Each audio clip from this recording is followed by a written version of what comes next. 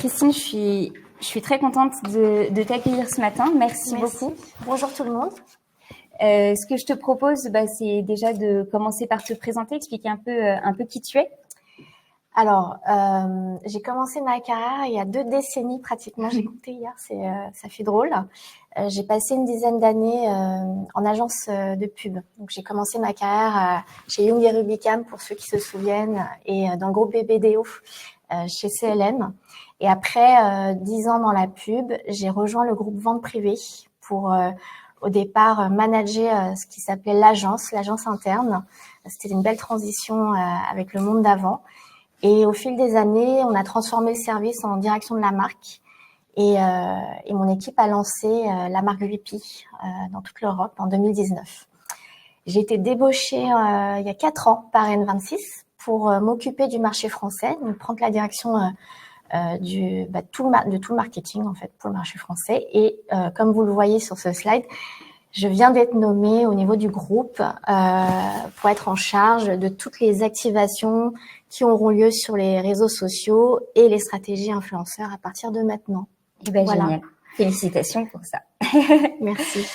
Peut-être que tu veux nous en dire un petit peu plus sur N26, même si je pense que c'est un nom, une marque qui parle à beaucoup de monde. Tu peux nous en dire un peu plus? N26, c'est une marque très jeune. Donc, c'est une marque employeur encore plus jeune. On vient de fêter nos 11 ans. Et le marché français a été ouvert fin 2017. On est assez fiers de cette aventure parce qu'aujourd'hui, en tout cas pour le marché français, on est dans le top 3, derrière de très grands noms. On reste un groupe indépendant dont le siège est basé à Berlin et je le précise parce que c'est important aussi dans ce que je vais vous raconter après, dans l'incarnation de nos valeurs. Et en France, on est à pratiquement 3 millions de clients et 8 millions en Europe, sur 24 marchés. Donc, c'est vraiment intéressant. Et ce que tu me disais, c'est qu'effectivement, bien que vous soyez jeune, vous êtes passé assez vite de start-up à vrai groupe bancaire. Tout à fait. Il y a 11 ans, on était une start-up.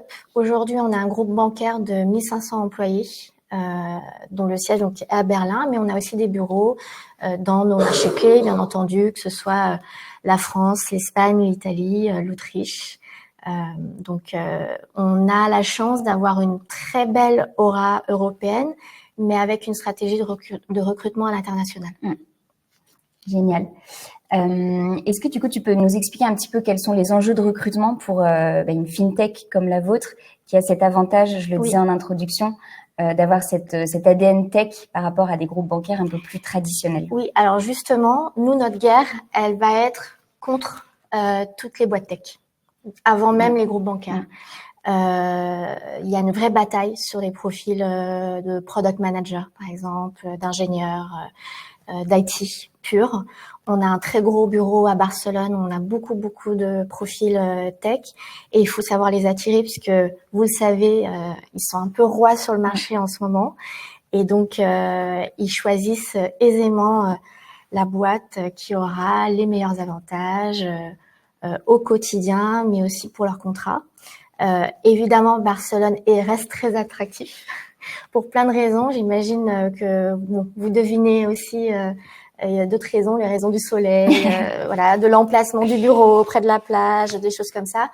Mais blagues mises à part, notre guerre aussi elle est internationale, puisque les meilleurs profils tech aujourd'hui, ils sont partout dans le monde. On a 80 nationalités dans le groupe et c'est aussi très enrichissant, même pour moi à titre personnel, puisque lorsqu'on fait une réunion, on a sincèrement tous les accents du monde. Et ça, c'est top. Génial. Et effectivement, ce qui est intéressant dans ce que tu dis, c'est que du coup, vous êtes vraiment à la recherche de profils tech. Et moi, il y a un chiffre qui m'a surprise quand on a préparé cet échange, c'est que tu disais que finalement, un tiers des collaborateurs n'étaient pas issus du secteur bancaire. Et ça, je pense que c'est aussi une de vos vraies forces, c'est que vous proposez des carrières à des gens qui ne viennent pas forcément de la banque, mais qui ont des qualités verticales, c'est ce que tu disais, et qui vont pouvoir les déployer sur le sujet de la banque. Tout à fait. Alors, évidemment, ça c'est lié à notre ADN tech. On était une start-up. Nos fondateurs, Valentin et Max, eux-mêmes n'étaient pas banquiers lorsqu'ils ont mis en place N26. Mais ils ont su bien s'entourer. Donc, évidemment, pour les fonctions lourdes banque, nous avons de vrais seniors en banque.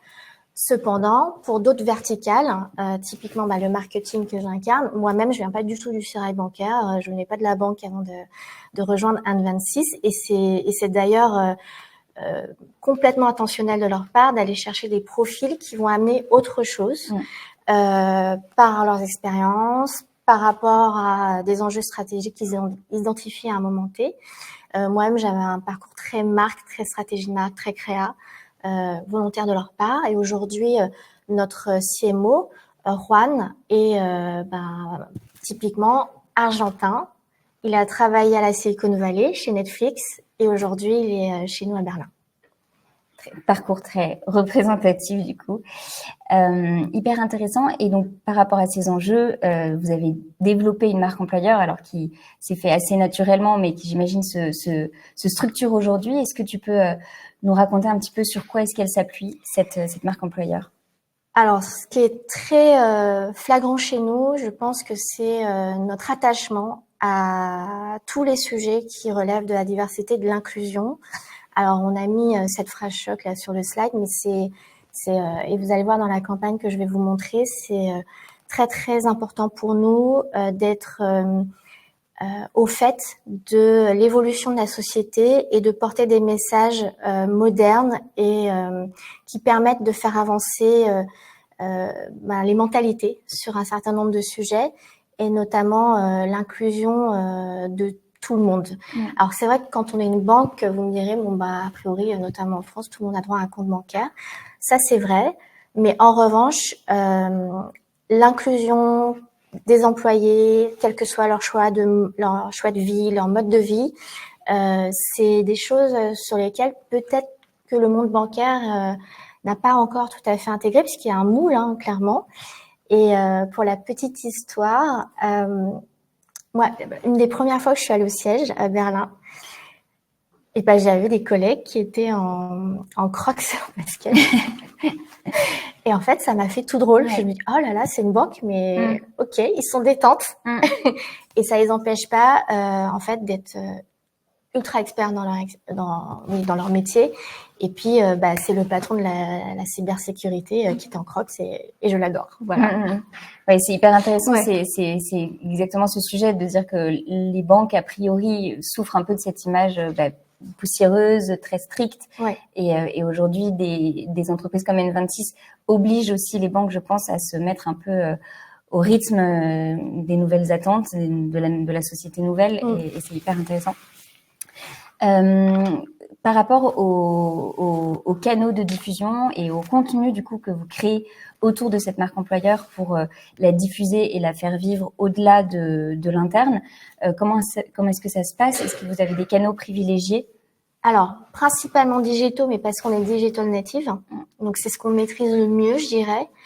Et c'est aussi parce que naturellement, nos cibles, en fait, en termes de recrutement, elles sont plutôt sur LinkedIn, plutôt sur Instagram.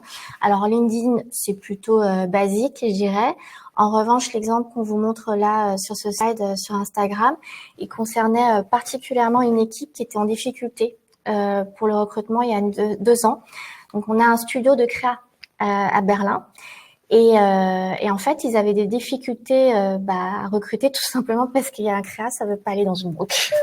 Oui. A priori. C'est pas instinctif. C'est pas naturel pour eux. Et donc, il fallait qu'ils trouvent le bon canal de communication pour montrer tout ce qui était fait en interne, qui valorisait le boulot, en fait, des équipes internes, mais qui aussi, en fait, était une porte d'entrée vers tout ce qui était faisable en termes de production, de capacité créative, que ce soit en direction artistique, en copywriting ou même en motion. Donc, toutes les campagnes sont diffusées, mais il y a aussi du making-of, du behind the scenes. Ils mettent aussi des choses beaucoup plus affectives, je dirais, parce que c'est une équipe qui s'entend très bien. Donc, l'autre jour, ils ont posté des stories de leur sortie aux champignons à Berlin, où on fait ça. Et c'est super mignon. Et Instagram, vous le voyez, est un canal qui est assez naturel pour un créatif, puisque c'est un canal d'image. est beaucoup plus parlant qu'un post LinkedIn qui va plutôt être adapté à des profils product ou commerce. Et donc, cette page Instagram, elle a été à l'initiative des créas. Tout à fait. C'est eux qui ont proposé ce projet. Ouais, tout D'accord. à fait.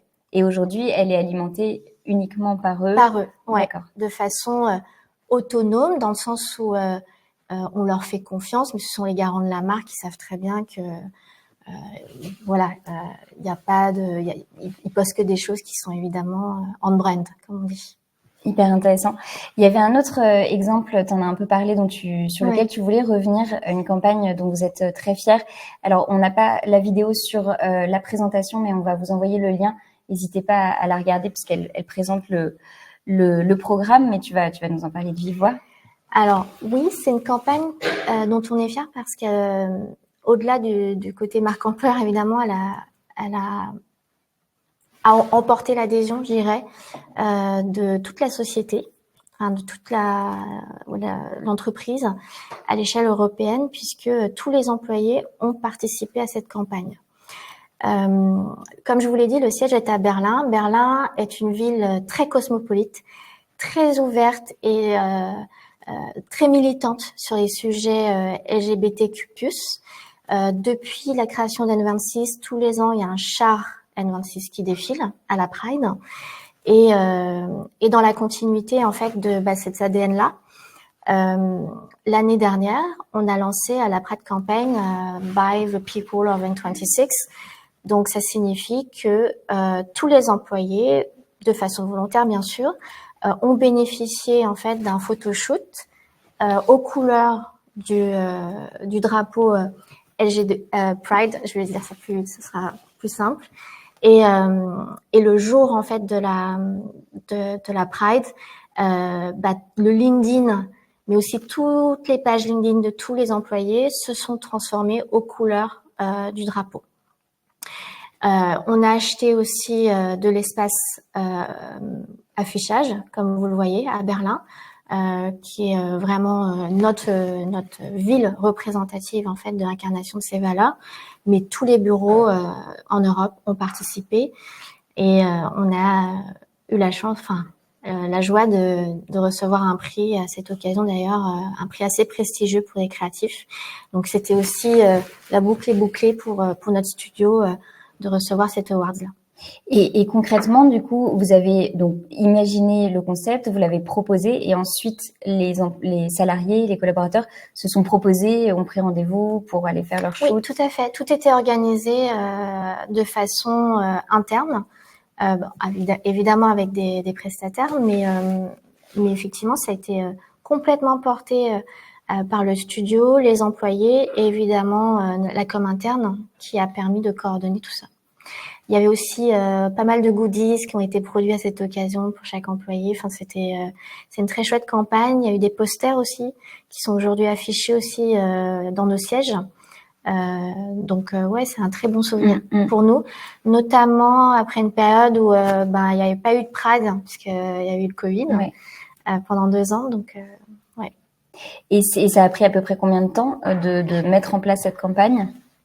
Alors, assez vite, 2 mois, je dirais. D'accord. 2-3 mois. Ok. Ouais. Ils ont dû briefer au début du printemps et pour juin. Hyper intéressant. Trop bien. Est-ce que donc effectivement tu l'as dit, hein, vous avez eu une récompense pour cette campagne-là et puis surtout j'imagine que ça a fidélisé en interne aussi pas mal les collaborateurs. Comment est-ce qu'aujourd'hui vous mesurez la performance de ces campagnes-là, ou en tout cas de toutes vos initiatives marque employeur? Elle est surtout mesurée à travers la rétention de nos talents. Donc la loyauté. Donc on a un KPI interne côté manager qui est vraiment de faire en sorte évidemment d'avoir une forme d'excellence dans la formation de nos équipes, mais aussi la rétention. D'accord. Et effectivement, du coup, ce que je trouve très intéressant, c'est qu'on sent qu'il y a à la fois un positionnement pour attirer les talents qui va être très sur le côté tech, carrière, etc. Et puis il y a un vrai investissement aussi dans des contenus marque employeur pour l'interne et pour fidéliser. Et on sait que c'est un peu finalement les deux pieds sur lesquels il faut danser parce qu'il suffit pas de recruter si derrière les talents partent. Tout à fait. Ouais, il y a un équilibre à trouver entre l'incarnation interne qui ensuite doit effectivement être retranscrite à l'extérieur.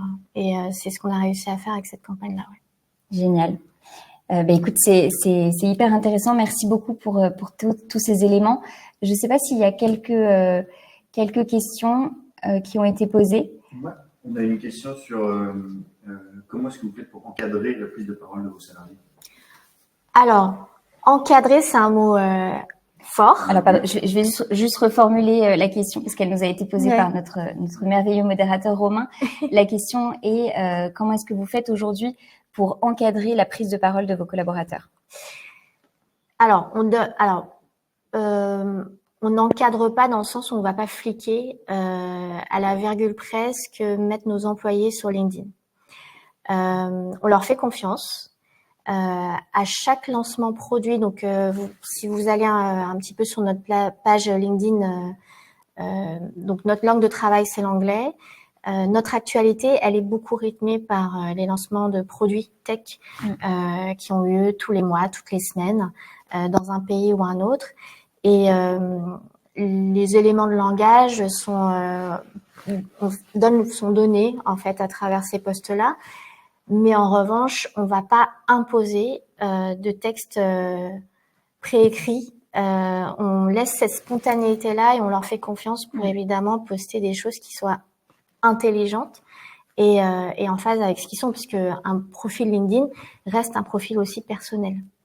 Donc, on n'est pas non plus intrusif sur la façon de faire. Très clair. Eh bien, écoute, super. Merci beaucoup, Christine, pour ton temps. Merci. Et puis, n'hésitez pas effectivement à aller consulter la page LinkedIn, la page Instagram. Je crois qu'on vous les a partagées parce que c'est très inspirant, je pense, pour pas mal de communicants et marketeurs qui sont dans notre audience. Merci beaucoup. Merci Christine.